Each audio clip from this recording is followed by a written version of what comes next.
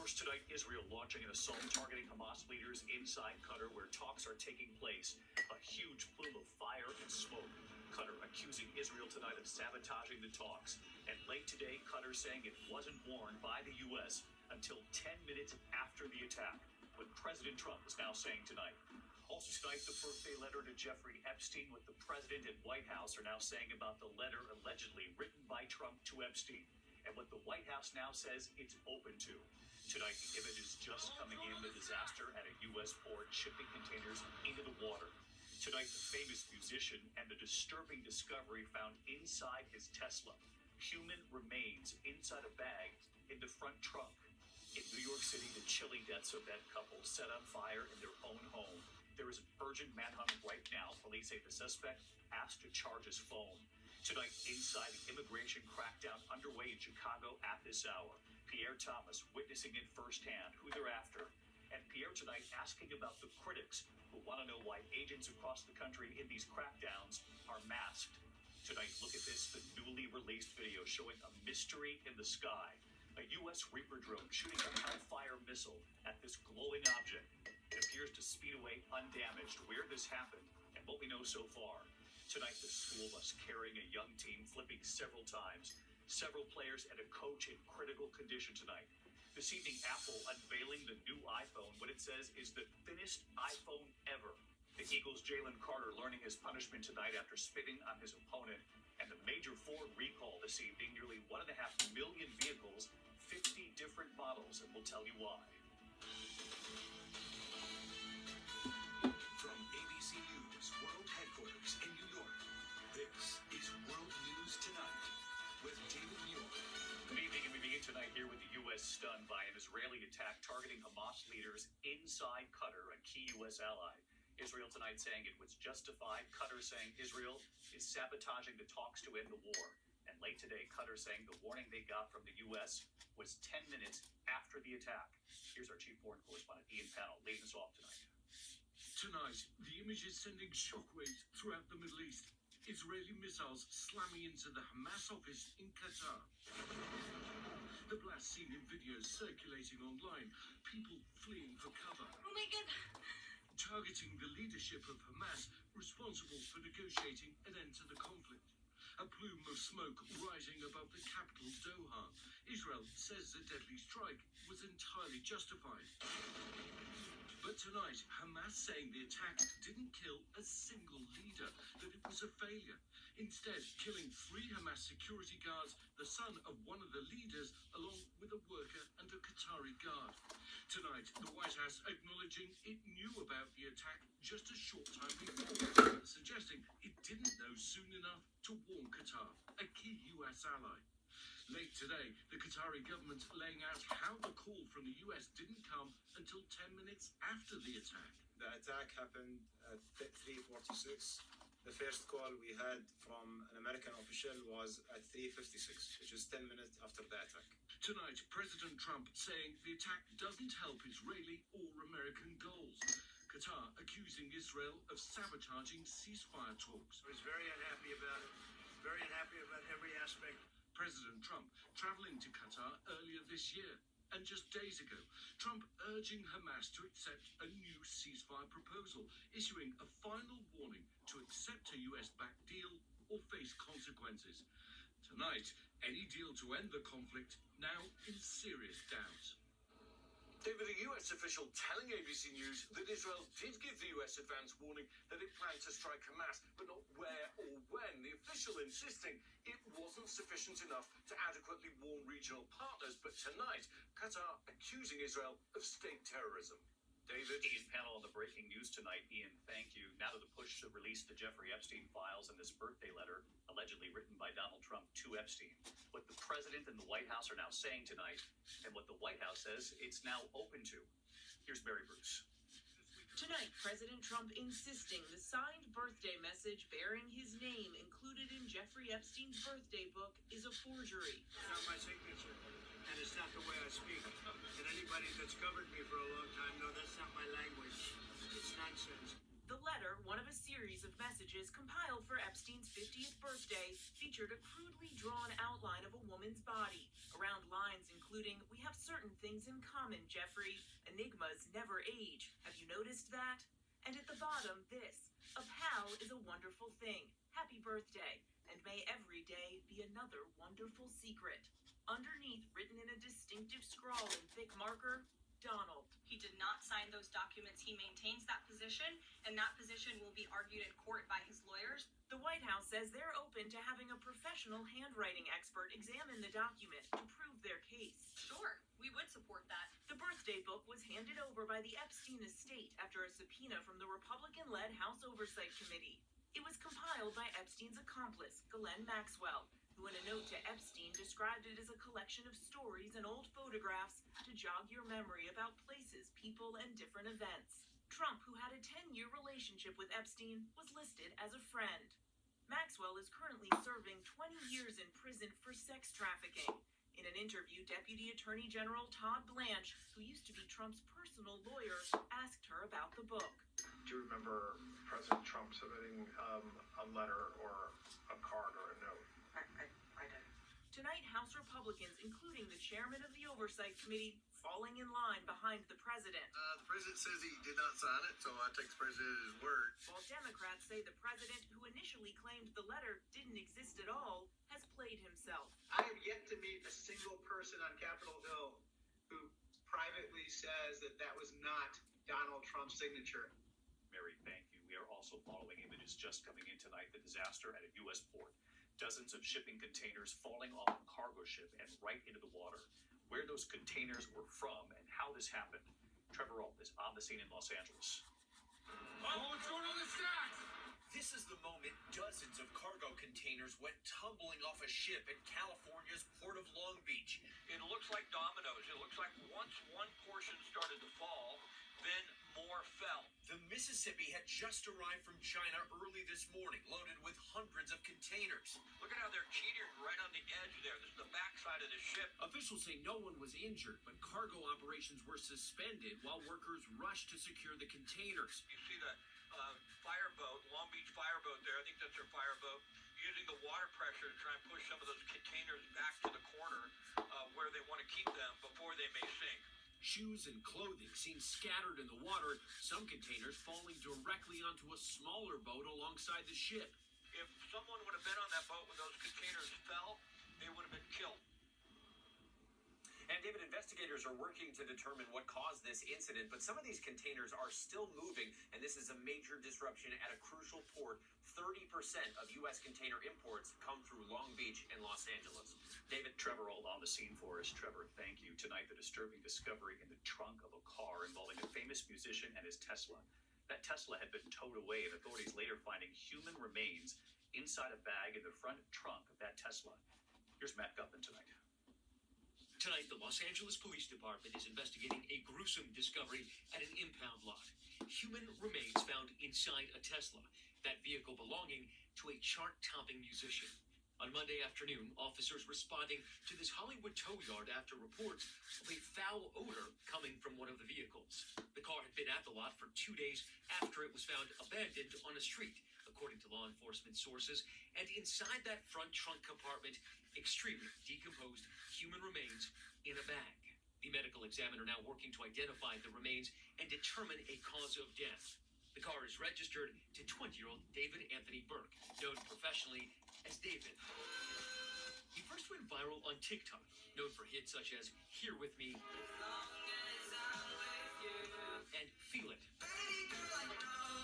His music, mix of indie pop and R&B, reaching 33 million monthly listeners on Spotify. The singer is currently on tour and set to perform tonight in Minneapolis. David, law enforcement sources tell me that until the coroner's office can make a determination about those human remains, and that could take a couple of days, they will continue to treat this as a homicide investigation. And no comment yet from the artist. David. Matt Gutman in Los Angeles. Matt, thank you. Here in New York City tonight, the urgent manhunt underway right now after the chilling deaths of a couple set on fire inside their own home. Police say the suspect asked to charge his phone. Here's Aaron Katursky. Tonight, an urgent search in New York City for this man who police say randomly murdered and set fire to an elderly couple who let him into their Queens home to charge his cell phone. The nicest neighbors you could ever ask for. Surveillance video showing the suspect in the neighborhood Monday after going door to door, police say, asking to charge his phone. Very chilling and scary. Some random guy walking down the street setting fire to older people. Anybody for that matter. Once inside, police say the suspect terrorized the couple for 5 hours, stabbing 76-year-old Frank Olton, tying him to a pole in the basement with a bungee cord, and setting him on fire. The body of Olton's 77-year-old wife, Maureen, found severely burned in a separate part of the house. Investigators combing the charred home for clues, blackened chairs and debris littering the lawn. And tonight, police say the suspect is Jamel McGriff, an armed and dangerous career criminal out on parole for robbery. For the public, the message is clear. Do not allow anyone you don't know or who you are not expecting into your home. This comes as the Justice Department today charged another suspect with a long criminal record in the fatal stabbing of 23-year-old Ukrainian refugee Irina Zaruska on a train in Charlotte. Carlos Brown Jr. now facing a federal charge that could lead to the death penalty. And back here in New York, David, the man suspected of killing the elderly couple is also wanted for multiple violent robberies. Police say he has a criminal record that stretches back 30 years. David, both just horrific cases, Aaron. Thank you. Tonight, ABC News witnessing firsthand the immigration crackdown now underway in Chicago. Pierre Thomas is there, who federal agents are after, and Pierre asking about the critics who want to know why agents across the country in these crackdowns are wearing masks. Today we're going after a very violent TDA gang member. Tonight, exclusive evidence that Chicago's Operation Midway Blitz has begun. ABC News was given access to one of the first operations, ATF and ICE working together. You see dozens of heavily armed agents meeting at an undisclosed location to track suspected members of Trenday Aragar's gang, accused of selling guns. A lot of these firearms came back to very violent shootings in Chicago. Homicides, carjackings, aggravated batteries. We suit up and head out with Marcos Charles of ICE's Enforcement Removal Unit. Agents conduct surveillance of a suspected gun trafficking location, and after about 90 minutes, ATF targets a vehicle that flees, arresting 2 men they believe are suspected gang members. Minutes later, we arrive at another location. There's been another arrest. Federal agents removing a baby girl from the home. ICE says the 3 men in handcuffs and shackles have been identified as undocumented and are being investigated for ties to the Trenday Aragar gang and for potential gun trafficking. The officers in the operation have asked us to blur their faces because many of them work undercover. But some have criticized ICE officers for wearing masks during these operations. I asked them to respond to critics that say their identities should be known, that their faces should not be concealed.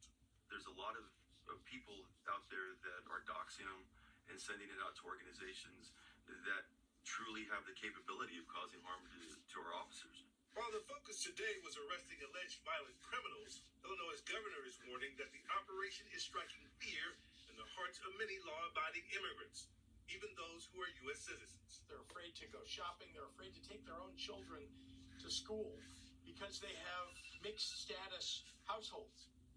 David, the ICE agents we spoke to today said their focus is on the so-called worst of the worst criminals.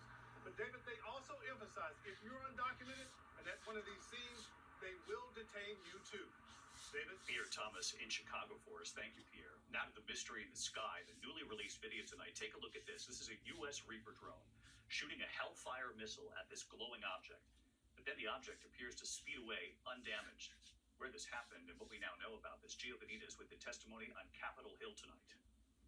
Tonight, new never-before-seen video off the coast of Yemen showing a U.S. MQ-9 Reaper drone tracking a glowing orb as it flies over the water. Now watch closely as a different U.S. drone drops a Hellfire missile on that fast-moving orb. The missile appearing to bounce off the object, doing very little damage. The orb then zipping away unfazed. The video from October 2024 shown during a congressional hearing today on unexplained anomalous phenomena. That's the official name for UFOs. Do you solemnly swear? Several service members giving their own eyewitness accounts and reacting to that new video. Does this video scare you guys? Yes or no? Yes. Wiggins? Yes. Yes. And David, there are big questions tonight. Why was the missile fired? Did that object pose any risk?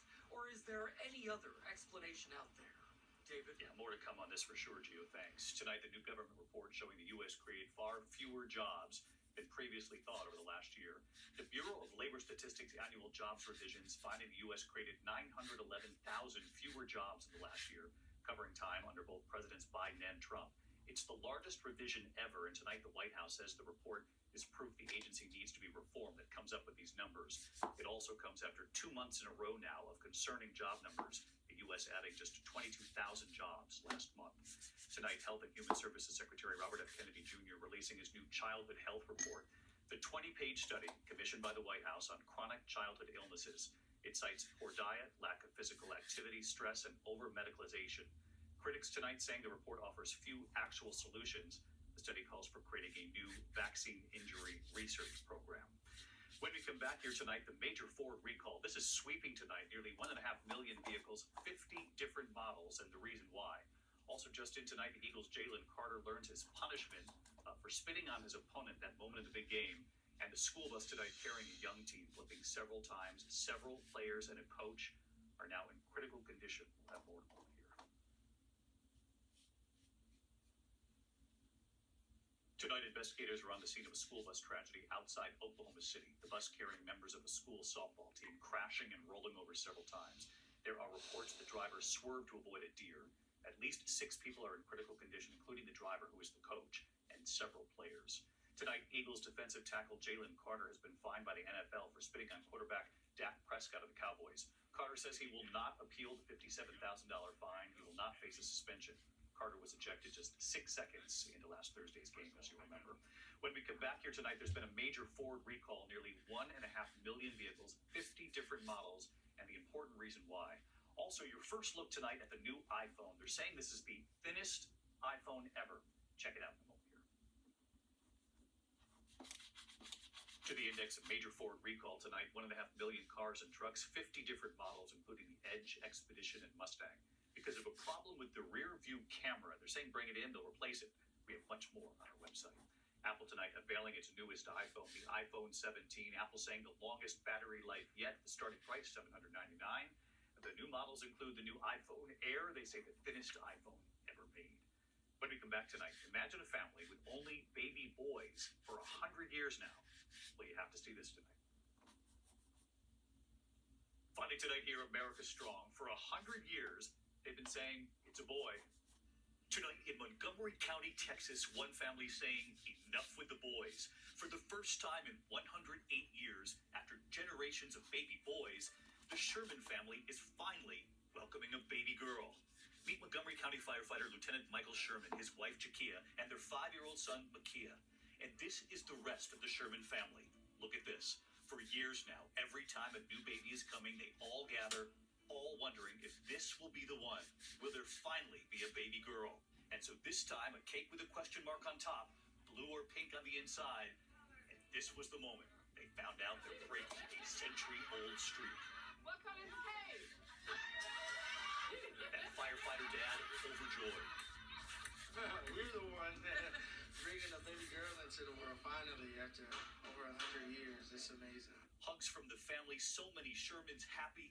They love the boys. But boy, were they ready for a girl. I have 3 boys. My dad had 2 boys. His brother had 2 boys. So it's been nothing but boys, boys, boys. The last girl to carry the Sherman name was Orabelle Sherman, Michael's great-great-aunt, born in 1917. She dealt with the civil rights during the civil rights time. She was doing this. She met a lot of civil rights leaders, and she made an impact. Tonight, the fire station cheering, saying we can't wait to welcome this precious girl into the Montgomery Fire Department family. And words of advice, you will soon see how being a girl dad will be your most important job. Tonight, Mom's cousin, Mercedes. Hey, David. Telling us the baby is due in March. She's already a history-making baby. We're so ready to rally around the baby and rally around Mike and Jakia. So thank you, David, for going on this journey with us. Oh, thank you. Finally, a baby girl. She's going to be popular in that